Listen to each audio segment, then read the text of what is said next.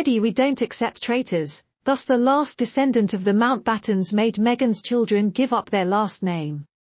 Student and model Freddy Archewell joined the chosen agency after being seen strolling down Oxford Street in London.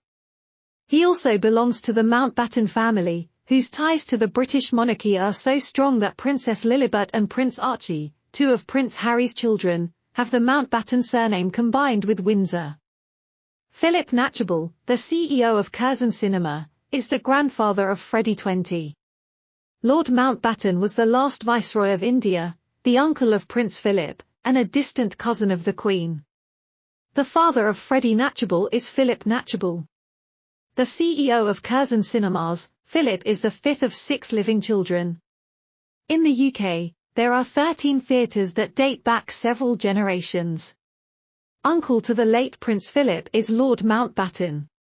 My great-grandfather, Lord Mountbatten, was very close with the royal family, according to Freddy, who previously stated in an interview that he believes he is the sole Mountbatten descendant.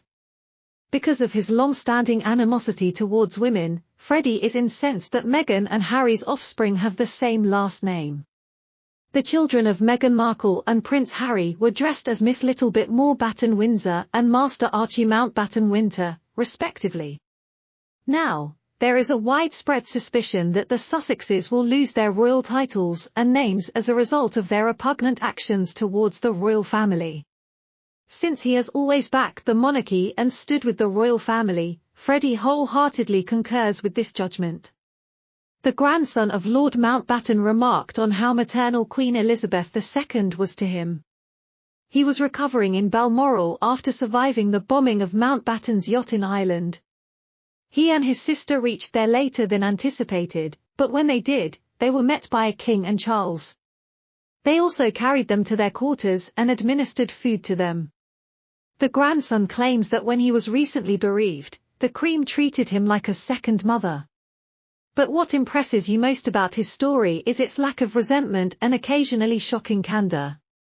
A few years prior to the Queen's departure, the Candor family and friends came together. Tim and his sister Amanda, 22, were invited to go on vacation with her and Prince Philip to discuss principles. Tim is still struck by the Queen's maternal generosity. On the throne of our nation, we have a wonderful mother. He claims that the Queen intervened when my mom's close friend was wounded. Due to a flight delay, we arrived to Balmoral rather late. The Queen and Prince Charles entertained us with soup and sandwiches. They kept bringing food and drink and asking for updates from home, despite Amanda's best efforts to persuade them to go to bed. Amanda took the initiative and thanked them. There are actually 29 of Mountbatten's great-grandchildren, and while they all have a very bohemian flair, they do have the ties to one of the most illustrious families in the nation with ties to the centre of the monarchy itself.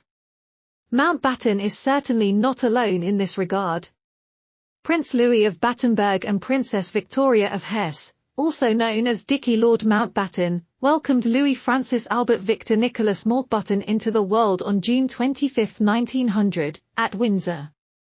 He may have had the most impact on the royal family throughout his lifetime than any other person.